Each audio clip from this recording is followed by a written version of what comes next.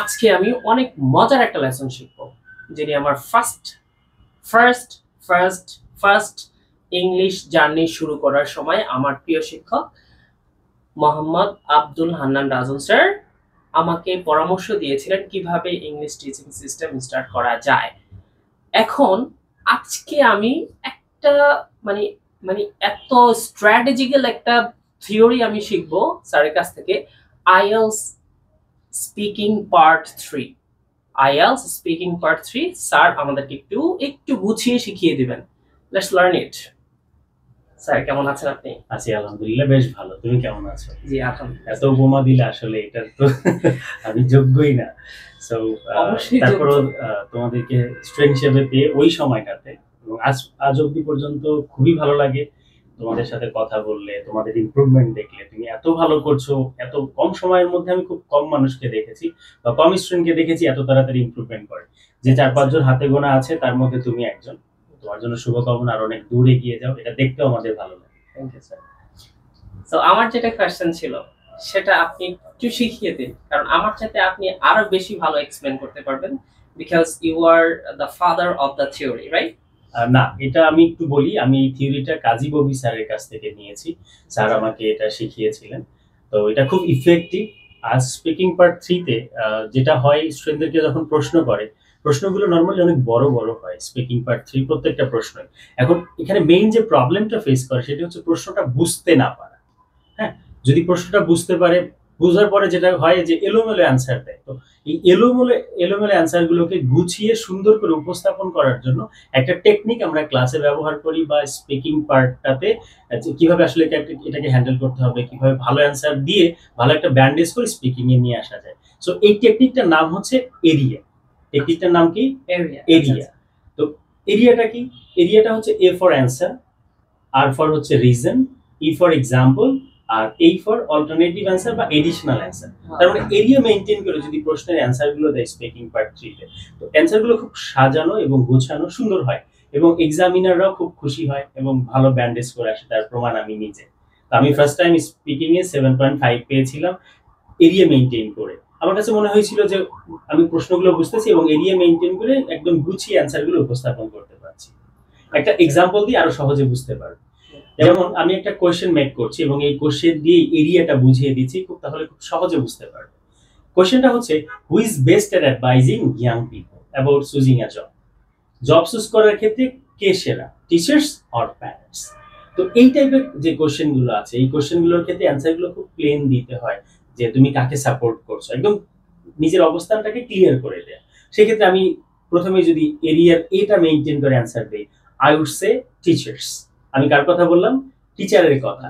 Particularly those who are in the tertiary level. তার মানে tertiary লেভেলের বা কলেজ লেভেলের যে টিচার গুলো আছে তাদের কথা আমি বলছি। এবার আমি যে অ্যান্সারটা দিলাম যে আমি টিচারদেরকে সাপোর্ট করছি, এটা একটা কারণ আছে। এবার আমি আরটা দিব, মানে রিজনটা দিব কেন আমি কলেজ লেভেলের টিচারদেরকে চুজ করছি। কারণ হচ্ছে they have enough knowledge about their working field. তার মানে তাদের যে ওয়ার্কিং ফিল্ডটা আছে, ওই ফিল্ডে তাদের অনেক বেশি জ্ঞান আছে। ঠিক আছে, এখন আমি যদি একটা এক্সাম্পল দিই, তাহলে দেখো, এরিয়ার এই দিলাম, রিজন দিলাম এবং এক্সাম্পল দিচ্ছি যে আ বিজনেস স্টাডিজ টিচার। কার কথা বলছি? একজন বিজনেস স্টাডিজ টিচার, মানে ওই লেভেলের টিচারদের কথা বলছি। এভাবে বলতে পারি যে a business studies teacher can give suggestion to his learners অথবা her learners about the which profession is best, managerial profession আর ব্যাংকিং প্রফেশন। তার মানে এই যে দুইটা প্রফেশনের মধ্যে ব্যাংকিং সাইডে যাবে না স্টুডেন্টরা, ম্যানেজারিয়াল যে প্রফেশন গুলো আছে সেইগুলোকে চুজ করবে। এটার ব্যাপারে কিন্তু টিচাররাই বেশি ভালো জানে।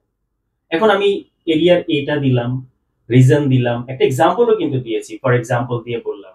আবার যদি আমি অল্টারনেটিভ অ্যান্সার বা লাস্টের যে এইটা আছে, এই এডিশনাল অ্যান্সারটা যদি দিয়ে দিই, তাহলে কিন্তু অ্যান্সারটা একদম গোছানো। এর চেয়ে চমৎকার অ্যান্সার আর হতে পারে না স্পিকিং পার্ট 3 এর জন্য। আমি এভাবে বলতে পারি যে needless to say, on the other hand, however, যেকোনো একটা পিক করলাম যে on the other hand parents have limited knowledge outside their working field. তার মানে ওয়ার্কিং ফিল্ডের বাইরে কিন্তু প্যারেন্টসদের নলেজটা অনেক লিমিটেড। সো এই যে অ্যান্সারটা যদি আরো একবার বলি, তাহলে দেখো কত সুন্দর একটা গোছানো অ্যান্সার হয়। প্রশ্নটা কি ছিল? যে who is best at advising young people about choosing a job, teachers or parents? অ্যান্সারটা কিভাবে বলছি?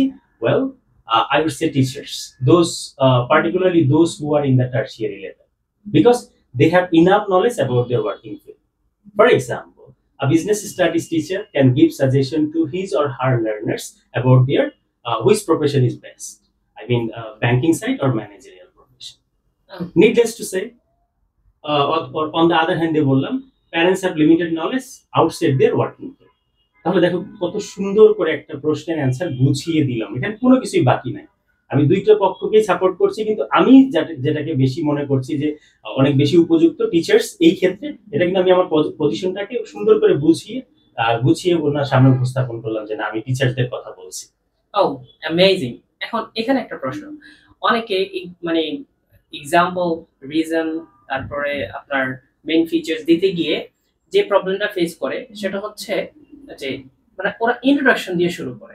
আসলে কিন্তু এই জিনিসটা করা ঠিক না, কারণ ডিরেক্টলি তাকে কোয়েশ্চেন করছে, ওই কোয়েশ্চেনের উপর হিট করে আনসার দেওয়াটাই হচ্ছে বেস্ট। ফার্স্ট 1 or 2 সেন্টেন্সেস এর মধ্যে, যেমন আপনি বললেন যে প্রথমে I would say teachers, so এটা কিন্তু কোয়েশ্চেনকে ডিরেক্টলি হিট করছে যে আসলে টিচার্স কে প্রাধান্য দিচ্ছেন বেশি।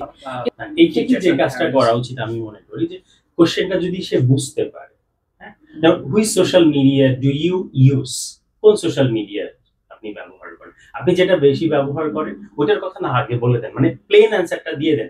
এক্সামিনার তো চাচ্ছে যে আপনি আপনার পজিশনটা কোন সাইডে, পজিশনটাকে স্ট্রংলি রিপ্রেজেন্ট করেন, এক্সামিনার খুশি হয়ে যাবে। এরপরে আপনি চাইলে কি করতে পারেন, ওটাকে বিভিন্ন উপমা দিয়ে সাজিয়ে গুছিয়ে উপস্থাপন করতে পারেন। এই ব্যাপারটা কিন্তু আপনার স্পিকিং পার্ট 1 এও চলে যায়। হ্যাঁ হ্যাঁ, স্পিকিং পার্ট 1 এবং স্পিকিং পার্ট 3 তে সেম এরিয়া মেইনটেইন করে, বাট স্পিকিং পার্ট 1 এ যে অধিকাংশ কোশ্চেন কিন্তু সবগুলো এরিয়া মেইনটেইন হয় না, বাট অ্যানসার রিজন দেয়া যায়। ইন সাম কেসেস কিছু কোশ্চেনের ক্ষেত্রে एग्जांपल দেয়া যায়, আমরা ধরে নিতে পারি শর্ট কোশ্চেন। হ্যাঁ, স্পিকিং পার্ট 3 তে কিন্তু एग्जांपल মাস্ট, তো एग्जांपल মাস্ট দিতে গেলে এরিয়ার আসলে বিকল্প নেই।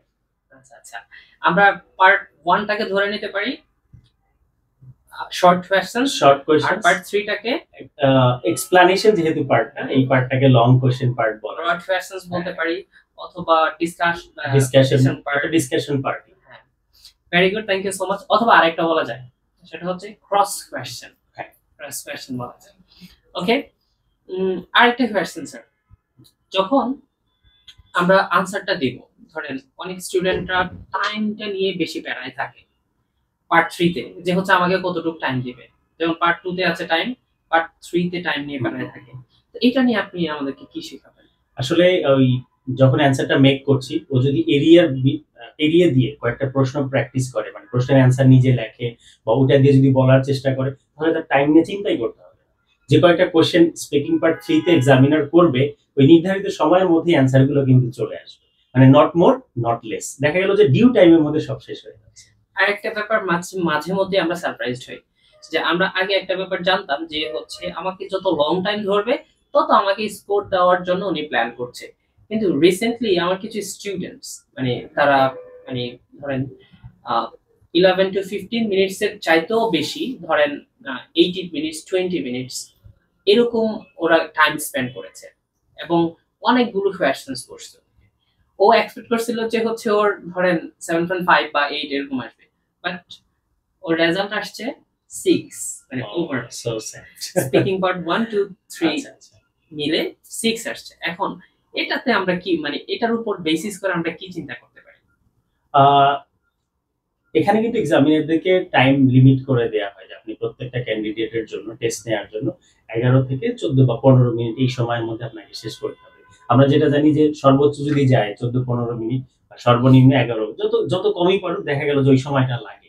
তো এর বেশি যদি লাগে তাহলে এক্সামিনার আসলে কি, আমার কাছে যেটা মনে হয় ফর মাই পার্সোনাল অপিনিয়ন, যে আসলে এক্সামিনার খুঁটিনাটি জানতে চাচ্ছে যে আসলে ওর লেভেলটা কোথায়, ওকে কত স্কোর দেয়া যায়, বিভিন্ন বিষয় যেমন মার্কিং যে ক্রাইটেরিয়া গুলো পুঙ্খানুপুঙ্খভাবে ওনারা ফলো করে। 4টা marking criteria: fluency and coherence, grammatical range and accuracy, lexical reserves and প্রোনাউন্সিয়েশনের বিষয়টা বেশ ভালোভাবে দেখে। এখানে একটা কথা বলে রাখি, আমাদের বাংলাদেশে যেটা আমরা একদম এই পার্টটাকে কিন্তু একদম অ্যাভয়েড করে যাই, প্রোনাউন্সিয়েশনের বিষয়টাকে একদমই খেয়াল করি না। তো এই বিষয়টা খুবই গুরুত্বপূর্ণ আইএলটিএস স্পিকিং পার্টের ক্ষেত্রে, এবং 4টা মার্কিং ক্রাইটেরিয়ার উপর বেস করেই কিন্তু আপনাকে ওভারঅল স্পিকিং এর ব্যান্ড স্কোরটা দিচ্ছে। সো প্রোনাউন্সিয়েশন কোনোভাবেই অ্যাভয়েড করা যাবে না বা এটাকে অবহেলা করা যাবে না। আবার এটা শিখতে যে একদম অনেক সময় লাগে ব্যাপারটা কিন্তু এরকমও না। যেমন তুমি ক্লাসে অনেক সুন্দর করে আচ্ছা, এই তিনটা সাউন্ড শেখাও।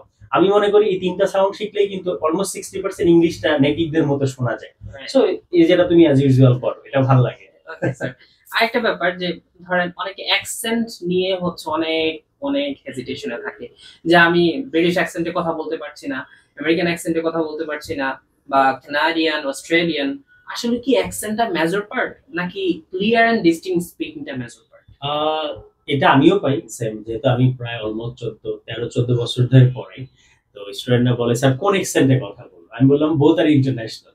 ব্রিটিশ বলেন বা American accent, both are international, you can speak as. So এই ক্ষেত্রে আমি বলবো যে আসলে ওই বাংলাদেশে একটু চিন্তা করি না, নোয়াখালীরা একভাবে কথা বলে, আবার কুমিল্লার মানুষ একভাবে কথা বলে, ময়মনসিংহ এর মানুষ চিটাগাং এর ভাষা তো বুঝি না, আবার আমাদের চাপাই রাজশাহীর মানুষ একভাবে, এই অ্যাকসেন্ট ভ্যারি করে। সো এইদিকে আমার কাছে মনে হয় যে আহ, সবার আগে ফ্লুয়েন্সির উপরে জোর দেওয়া উচিত, যত বেশি ফ্লুয়েন্ট হওয়া যায়। আর হচ্ছে এখানে আইপিএ যে সাউন্ডটা আছে ওইটা ফলো করা উচিত, ইন্টারন্যাশনাল প্রোনাউন্সিয়েশন যে অ্যাসোসিয়েশন, ওদের যে সাউন্ড ওটা ফলো করলেই হয়। আচ্ছা, আরেকটা ব্যাপার, এই যে অ্যাকসেন্ট ব্রিটিশ এন্ড আমেরিকান, ওকে, এটা যদি মিক্স করে ফেলি তাহলে কি প্রবলেম হবে? আসলে মিক্স করার কোনো ওয়ে নাই। যখন একটা মানুষ ইংলিশ শিখে তখন সে বুঝতে পারে যে ব্রিটিশরা আর এর উচ্চারণ করছে না, ওরা বলছে ওয়াটার, আবার আমেরিকানরা বলছে ওয়াটার, মানে আমেরিকানরা আরটাকে শেষে বলে দিচ্ছে।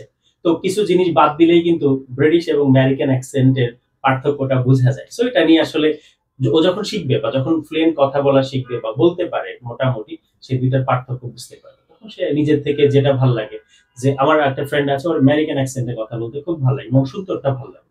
আমেরিকান অ্যাকসেন্টটা আন্ডারস্ট্যান্ডেবল, মানে বোঝাটা খুব ইজি। ব্রিটিশটা ওরা হচ্ছে যেহেতু খেয়ে ফেলে কিছু শব্দ, বাংলার সাথে একটু কানেকশন আছে আমেরিকানটা। আচ্ছা, আরেক এখানে আমরা আরেকটা ব্যাপার খেয়াল করি, যে যখন আমরা অ্যাকসেন্ট যদি মিক্সও করে ফেলি, মানে মিক্স ধরেন ব্রিটিশের সাথে আমেরিকান মিক্স হয়ে গেছে, that is not fact in IELTS, because এটা সব সময় আমরা খেয়াল করতে হবে আমি আমাকে ক্লিয়ার এন্ড ডিস্টিংক্ট ওয়েতে রিপ্রেজেন্ট করতে পারছি কিনা, এবং এক্সামিনার কারেক্ট আনসার পাচ্ছে কিনা, সেটা হচ্ছে মেইন টার্গেট।